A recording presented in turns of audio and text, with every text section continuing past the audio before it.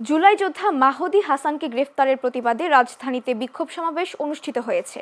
বিকেলে রাজধানী শাহবাগে জুলাই মঞ্চে বিক্ষোভ সমাবেশ অনুষ্ঠিত হয়। বিক্ষোভ কর্মসূচিতে জুলাই মঞ্চের আহ্বায়ক আরিফুল ইসলাম তালুকদার বলেন, জুলাই আন্দোলনের একজন সক্রিয় যোদ্ধা মাহদি হাসানকে গ্রেফতার করা গণতান্ত্রিক আন্দোলন দমনের অপচেষ্টা চলছে।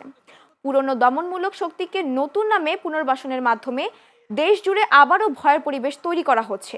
বিক্ষোভকারীরা অবিলম্বে মাহদি হাসানের নিঃশর্ত মুক্তি দাবি করেন এবং পুলিশে আওয়ামী লীগের দোসরদের পুনর্বাসন প্রক্রিয়া বন্ধের আহ্বান জানান। ৭১ নিয়ে আওয়ামী লীগ যে চেতনার ব্যবসা করে তারা আজকে বাংলাদেশ থেকে বিতাড়িত। জুলাই নিয়ে যারা চেতনার ব্যবসা করবে, জুলাইকে যারা দান্দাবাজির পাথর বানিয়েছে, খোদার কসম নতুন করে আবার বিপ্লব করে এদেরকে বাংলাদেশের মানুষ প্রতিপক্ষ বানিয়ে ছাড়বে ইনশাআল্লাহ।